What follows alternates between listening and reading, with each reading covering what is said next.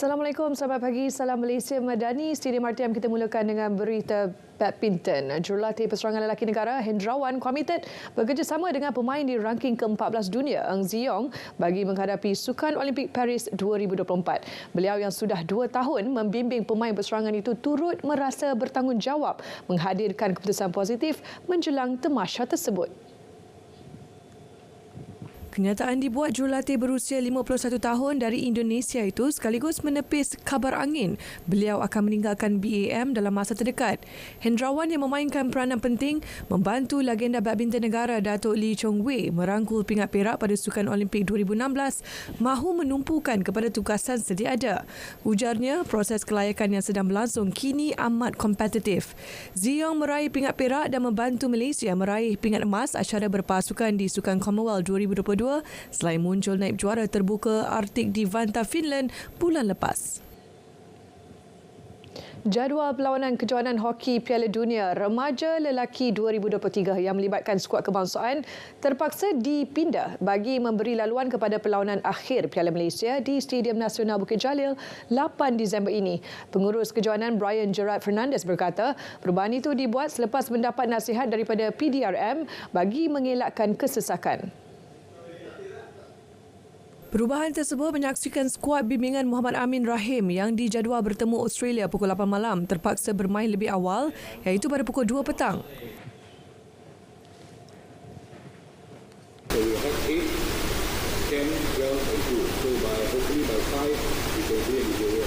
So we've seen what it's like here during one of the four players, the other one was the qualifiers that we played. So it's massive here. So we cannot, of course, not have the team coming this time. The World Cup, we need them to be on time. Menurut Brian, perkara tersebut turut dipersetujui Persekutuan Hoki Antarabangsa FIH. Selain perlawanan Malaysia dan Australia, pertembungan antara Argentina dan Chile yang sepatutnya berlangsung pada pukul 6 petang diawalkan ke pukul 12 tengah hari. Sementara itu, pengerusi kejohanan Datuk Seri Dr. Aniljit Singh berkata, tahap persiapan kini mencapai 95%. Persiapan sudah consider 95% done.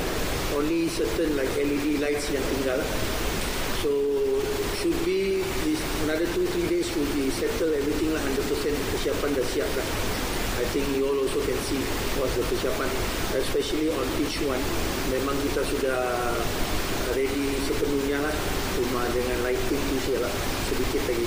So I believe so, and my team, MSC dan also pihak stadium sudah give the final count another 2 days to clear everything. Pada masa sama, beliau berharap kemasukan percuma sepanjang kejohanan digunakan sepenuhnya peminat hoki tempatan untuk memberikan sokongan kepada pasukan negara di stadium. Dalam pada itu, beliau berkata Chile menjadi negara pertama yang tiba Sabtu lepas dan dijangka kesemua 16 pasukan akan tiba sebelum 3 Disember. Anugerah Sukan Wilayah Persekutuan 2021-2022 malam ini menyaksikan perebutan sengit gelaran olahraga wati antara Nur Dabita Sabri, Wendy Ng Yan Yi dan Ng Jo Yi. Majlis akan berlangsung di Auditorium Cempaka Sari Kompleks Perbadanan Putrajaya.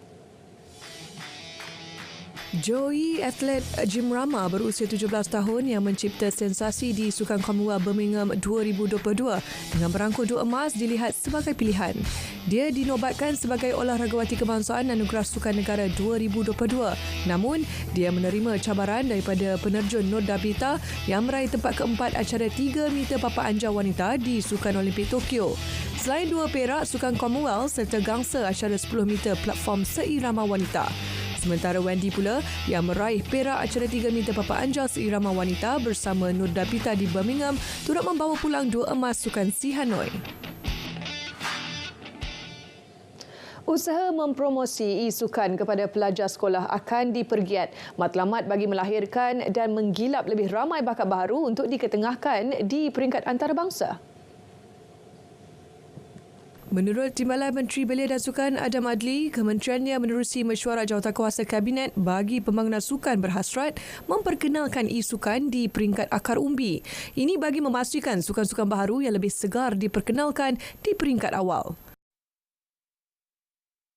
Sebab itu pembangunan daripada peringkat akar umbi itu penting dan selalunya kita akan amat mengharapkan kerjasama yang baik daripada pihak sekolah, terutama sekali menerusi MSSD dan MSSM. Tapi of course it's a long way to go. Cuma kita sudah pun initiate perbincangan tersebut, dia diterima baik dan kita mahu memastikan bahawa sukan elektronik ini, e-sport ini diterima sebagai salah satu sukan yang membawa salah satu sukan yang diterima lah di peringkat sekolah. Usaha itu bakal digerakkan Kementerian Belia dan Sukan KBS bersama KPM dengan kerjasama pemain-pemain industri. Beliau ditemui selepas merasmikan pelepasan pasukan atlet profesional Malaysia ke kejohanan Mobile Legends M5 World Championship 2023. Sementara itu, pemilik pasukan Homeboys optimis meraih kedudukan 3 teratas. Secara realistiknya, insyaAllah kita akan jadi big three lah dekat World Series ni, memandangkan saya rasa Malaysia ada performance ataupun potensi yang baik ketika di kejohanan luar. 2 daripada atau 3 daripada pemain saya dan staf kejurulatihan kita bawa balik pingat semasa SEA Games, iaitu pingat perak.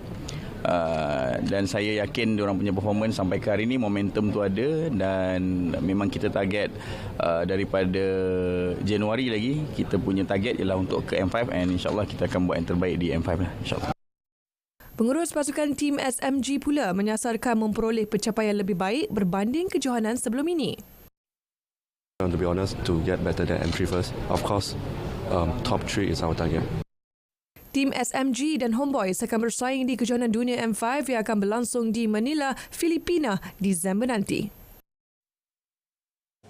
Sejumlah 20 pengadil tempatan terlibat dengan latihan fasa 3 video bantuan pengadil VAR. Latihan ini sebagai langkah persiapan mengadaptasi teknologi itu dalam kancah Liga Malaysia akan datang. Latihan bermula 20 November dan akan berakhir pada 4 Disember. FAM menerusi hantaran di Facebook memaklumkan sesi latihan di Wisma FAM Kelana Jaya itu dikendalikan 6 pengajar FAM. Ia diketuai C. Ravichandran selain turut dibantu seorang pengajar VAR FIFA, Igor Radojic dari Serbia. Latihan fasa 3 VAR itu tertumpu kepada perlawanan praktikal yang dijalankan di padang Wisma FAM selain merupakan fasa terpenting kerana ia memberi pendedahan terhadap penggunaan teknologi VAR. Semua rakaman video sepanjang fasa ketiga ini yang melibatkan setiap pengadil, penolong pengadil dan pengendali ulang tayang wajib dihantar ke FIFA melalui platform program pelaksanaan bantuan dan kelulusan IAAP. Teknologi VAR pertama kali digunakan di Malaysia ketika perlawanan akhir Piala AFC 2022 antara Kuala Lumpur City FC dan kelab dari Oman Al Sib di Bukit Jalil dikendalikan sepenuhnya AFC. Berbaki 2 lagi aksi Liga Super bertemu Terengganu FC dan Johor Darul Takzim FC JDT. Pengendali sementara Penang FC Akmal Rizal Akmal Rakli berharap pasukannya itu dapat meneruskan semangat perjuangan mereka bagi melengkapkan musim ini. Akmal Rizal berkata skuad Harimau Kumbang itu mendapat suntikan semangat yang terbaik apabila dapat mengumpul 3 mata selepas berjaya mengalahkan Sri Pahang FC pada Ahad, khususnya di akhir musim Liga Super. Dia telah bersemuka dengan pemain bagi membentuk keharmonian antara mereka. Pemain juga telah menunjukkan semangat yang tinggi walaupun berada di kedudukan bawahan Liga. Jelas Akmal, dia akan memanfaatkan gabungan kekuatan antara pemain muda serta pengalaman pemain import dan senior agar 2 perlawanan akhir Liga Super dapat diselesaikan dengan keputusan positif. Penang FC akan bertemu TFC di laman sendiri pada 3 Disember sebelum berkunjung ke kubu JDT di Stadium Sultan Ibrahim pada 16 Disember. Dari Sungai ke Segara, Palestin pasti merdeka. Sekian Stadium RTM, saya Fazim, salam Malaysia Madani, salam sukan untuk semua.